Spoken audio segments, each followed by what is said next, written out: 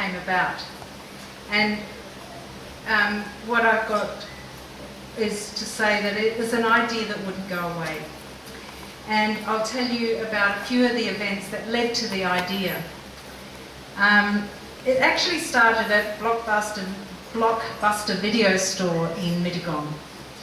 I can't resist a good medical story, and I was wandering around the store and saw this DVD called First Do No Harm, and starring Meryl Streep. And First Do No Harm, most people probably know, it's in the Hippocratic Oath that all doctors swear when they graduate from their medical degree. And the story in the video was a boy with a life-threateningly severe epilepsy, and he recovered after being given a special diet. And at the end of the movie, they show all these other people who had suffered epilepsy and had recovered as a result of taking this special diet.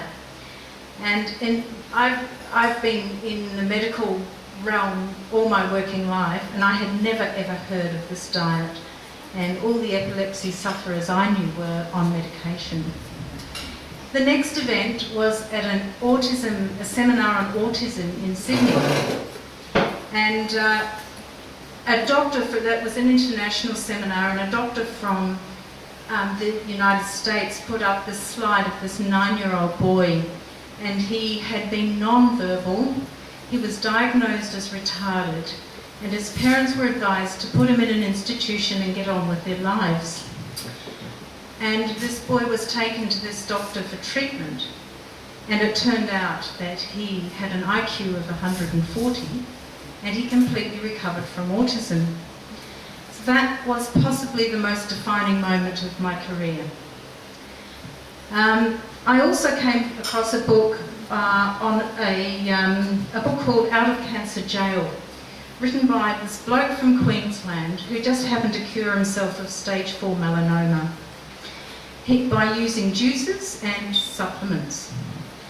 And he also helped cure a mate of his from brain cancer, brain tumour, and another one of prostate cancer. And in his own words, he said, "Not bad for a layman." Then in our own clinic, in came this 28-year-old mother of 2 young children with severe rheumatoid arthritis.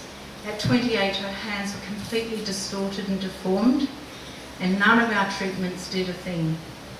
It did not make sense to me how otherwise healthy people can get struck down with a disease like that. And so I started internet searching.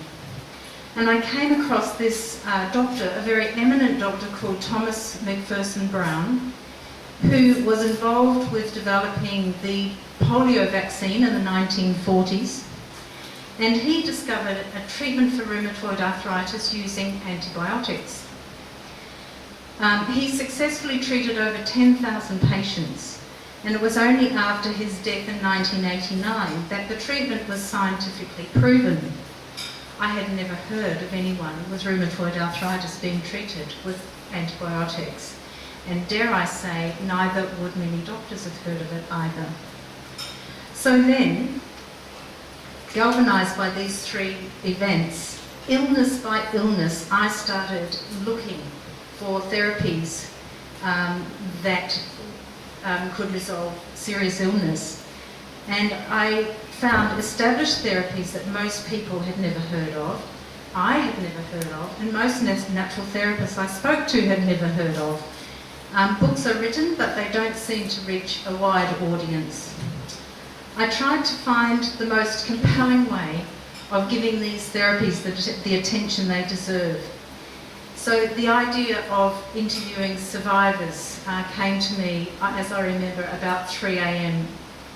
one morning.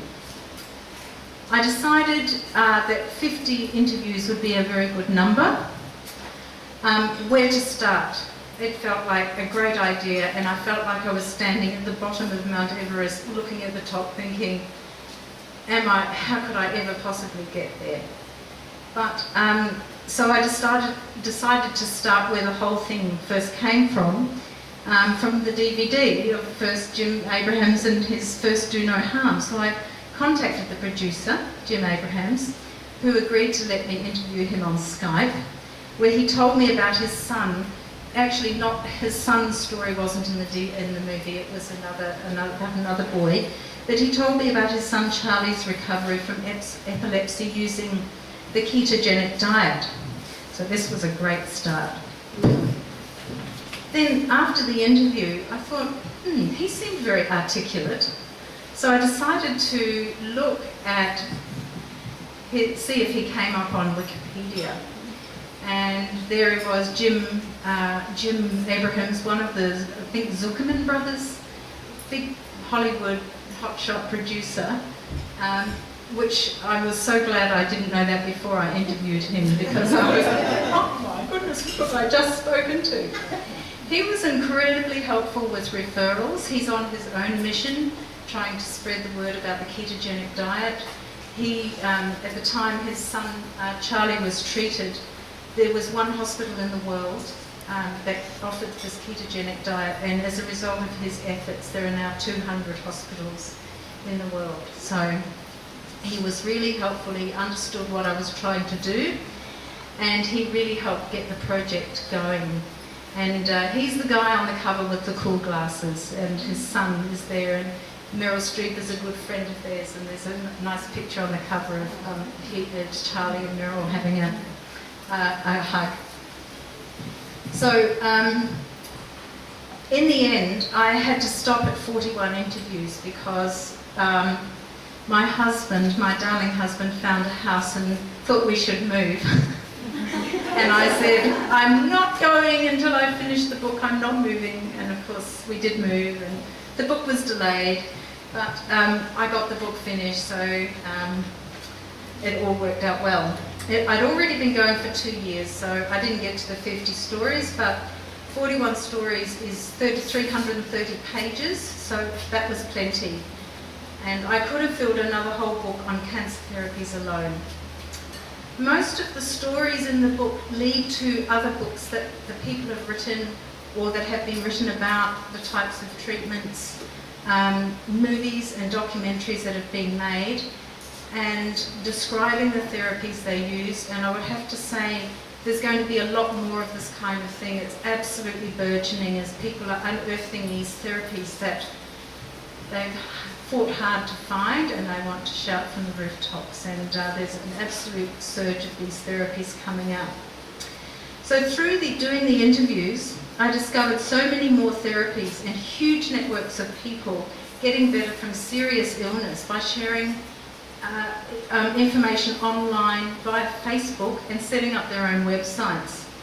They represent large numbers of people benefiting from scientifically proven therapies that their doctors don't know about. Everyone knows the importance of a good education. A good education in health and treatment options is important too. It gives people more choices, and it helps them to have the confidence in those choices. Everyone should know what their choices are. I have absolutely loved bringing this project to life. It's been exciting, mind-blowing and life-changing. I'll rehearse this. So now I present the book to you, and I hope you really enjoy it, and I hope you get an awful lot out of it. And I can still read the stories now and get blown away by them. So I do have some thank yous and apologies. My first apology is to John and Rose. Where's Rose? Yeah. She's there. Hi. And for the decline in culinary and domestic standards in our house over the past 3 years. We're wasting away. I thank them both for their help and support. I could never have produced this book without them. And I'd like to thank Rose for her creative input on the design. The cover design was her idea, and then it was also her idea to put the cover design on the cake.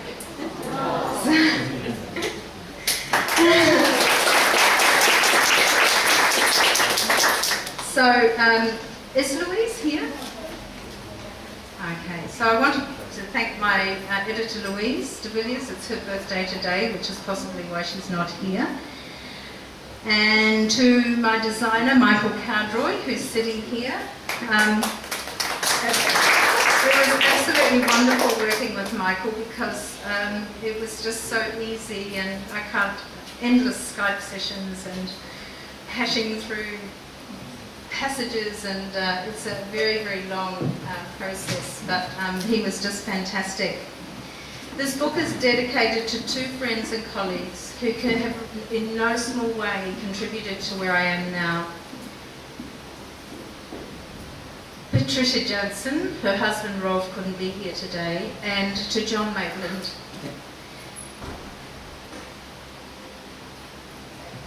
And I'd like to thank John's family.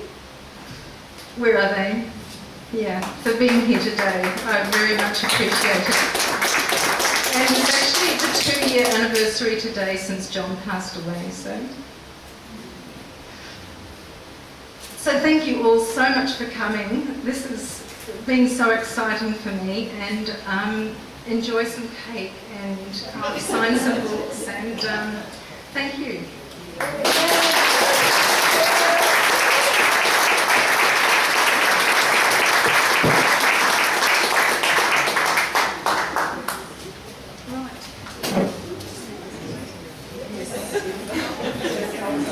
Well done.